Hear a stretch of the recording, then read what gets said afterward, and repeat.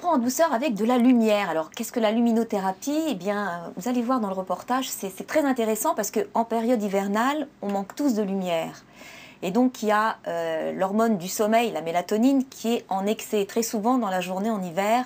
Parce qu'on manque de lumière, on a tendance à dormir, à être un peu dépressif. Et c'est un professeur américain, le docteur Rosenthal, qui le premier a fait la corrélation entre le manque de lumière, la fatigue de l'hiver et la déprime. Alors, grâce à la luminothérapie, on va pouvoir bloquer la mélatonine et réveiller notre sérotonine, qui est l'hormone de la bonne humeur. C'est un neurotransmetteur très intéressant.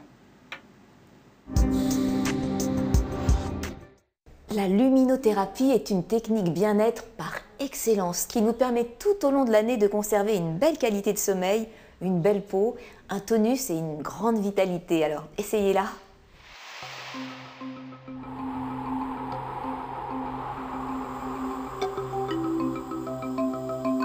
Bonjour Alexandra, alors aujourd'hui nous allons parler luminothérapie. Alors pouvez-vous nous dire comment la lumière agit sur le corps? Si on veut être assez schématique, la lumière agit en bloquant certaines substances qui sont produites dans l'organisme pour vous réveiller.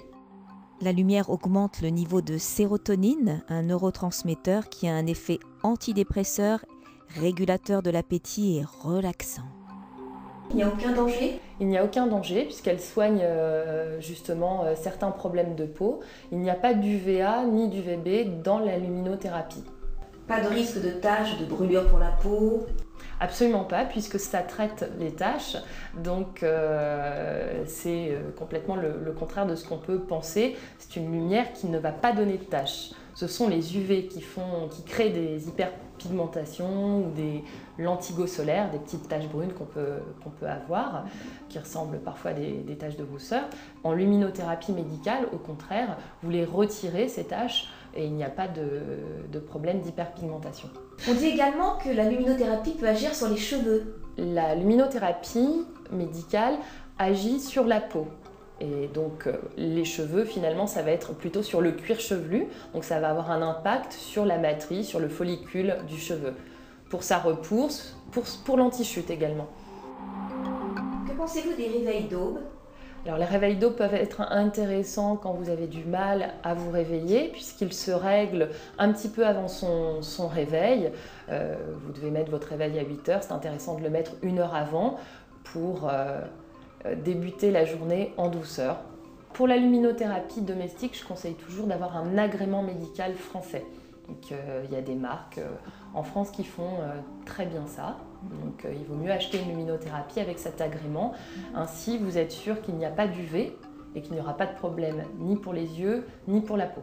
Alors, la luminothérapie peut être conseillée à tout le monde parce qu'elle a différents impacts, les troubles du comportement alimentaire, les troubles du sommeil, l'anti-jet lag, simplement avoir un confort de vie, un bien-être.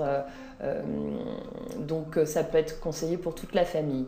Et pour les amoureux, meilleure libido? Meilleure libido, exactement, puisque bien-être pendant la journée et puis relaxation le soir. Mais c'est que du bonheur alors la luminothérapie. Exactement, exactement. Merci beaucoup Alexandra. Merci beaucoup Carole.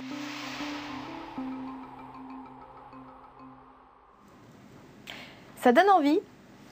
Mais il faut essayer parce que vraiment en hiver ça fait vraiment beaucoup de bien. Du coup c'est pas du tout dangereux, c'est garanti, il n'y a pas de danger pour... Ah non, c'est vraiment une science médicale, non il n'y a pas de danger car il n'y a pas d'UV. C'est pas comme le soleil, quand on s'expose, on peut avoir des taches. Par contre, je recommande aux gens qui ont les yeux sensibles quand même de mettre des lunettes. Il y a des lunettes